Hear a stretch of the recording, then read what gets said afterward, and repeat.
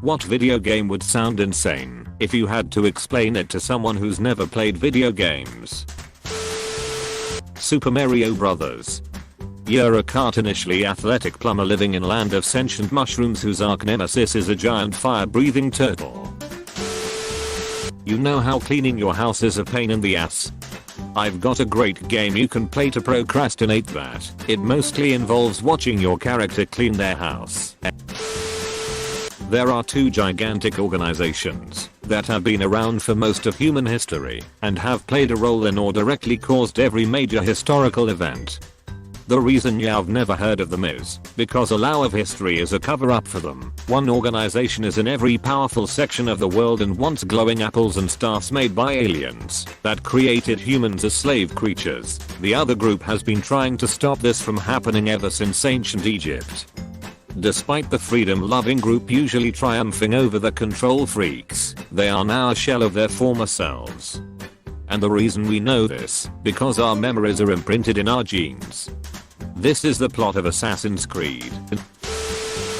You play little green people. You learn on a steep curve about aerodynamics, thrust, delta V, and basic orbital mechanics. You can build satellites, robots, etc. You won't advance if you don't learn the basic science behind the game. You learn about docking too. You get a general basic understanding of the complexities of space travel and respect it. Short version, you put shit in space and learn as you go. https://xkcd.com/1356/Kerbal Space Program. You get to play as this feminine looking guy who never stops talking about Call of Duty, with the mission to rescue the President of the United States from a group of comrades and a very confused Russian cowboy inside an oil purification facility in New York. All the while, you keep getting calls from your annoying girlfriend asking about what day tomorrow is, but you don't remember and don't care. A little after that, you're witness to a very bloody scene with a very sexy vampire dancing ballet and sucking the blood out of man that isn't who he says he is. Later, you fight an obese man with a clock fetish in roller skates and his sensei explodes and drowns.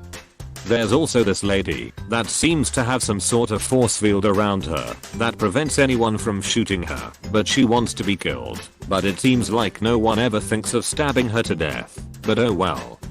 After knocking out a lot of guards, you finally meet the president, and it turns out that he's the one working for the Russians in order to take control from the Illuminati, but he's too gullible to realize that he's just another pawn for the plan that the Illuminati have to control information.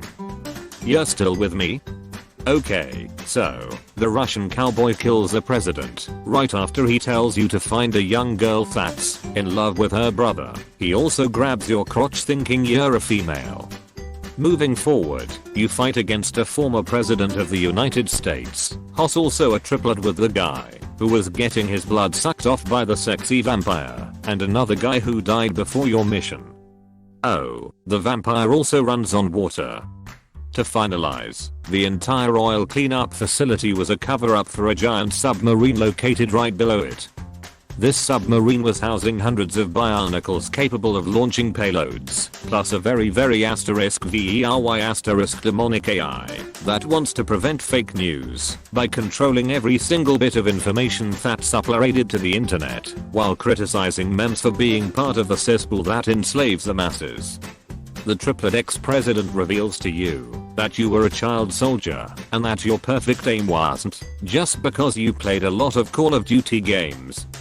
Now to finally finalize this story, the Russian cowboy plays a big fiddle and betrays everyone. This cowboy is one of the original members of the Illuminati, and he takes the original Transformer robot and flees from the submarine. The submarine ends up crashing into New York's Federal Hall, and you have a very epic sword fight with the former president. You kill him. The end. Metal Gear Solid 2, Sons of Liberty. You play as a guy who's looking after this kid, but you lose the kid and your arm too. Then you get better and try to get the kid back. Then the kid asks you to help him kill himself, but you gotta do it a really special way that requires a flower and some kind of stone thing. Kirby Dream Land. Any roguelike. You play as 3 separate characters, a stereotypical gangster, an actual psychopath, and a jaded ex-bank robber with a depressing life. You spend most of the game stealing cars, killing people, and doing other criminal shit. Despite all this, you cannot die, you cannot go to jail, the police stop searching for mass murderers if they can avoid detection for 2 minutes, all charges disappear after posting bail or going to the hospital, and you live in a world where the cops will ignore you driving down the wrong side of a residential street at 250 miles per hour and crashing into cars, but will immediately shoot you if they drive into you and their car gets scratched. What the golf? Any video game. *STARES into void while thinking of how to explain the plot of Fallout 3/4 *. So welcome to the futuristic 1950s. You check in once every few hours to see how the farm has progressed, harvest stuff when necessary if your automatic farm hands don't do it for you, and you get nothing out of it except some meager progress that means absolutely nothing. Alright, so you're put on a battlefield of cartoonishly looking areas that also can kill you in terrifying ways. Your character selection ranges up to about 9 mercenaries which look entirely the same, except with different colored shirts. You can customize your mercenaries with hats and gear. Some hats even have flying effects and are expensive. During Halloween you have fight this giant wizard whilst also killing your polar opposite color preferring twin in hopes to be spared from terrible punishments that slow down your fighting abilities. Did I mention that one of the characters has only one eye? And the fact that during Halloween you have to fight that eye, but it's giant and shoots rockets. But you have to kill your enemies as well, while doing missions like stealing the other team's intel. And if you don't, a loud elderly woman will yell at you about how miserable you are at your job. So, like, you make a character and you're basically god of that character. You choose its trait, look and gender, make them a family, make their house, and choose their career. And make them suffer in all the creative way you want with over 20 deaths to pick with. If you have the extensions, but that's just extra power for nothing, since you got cheats for it.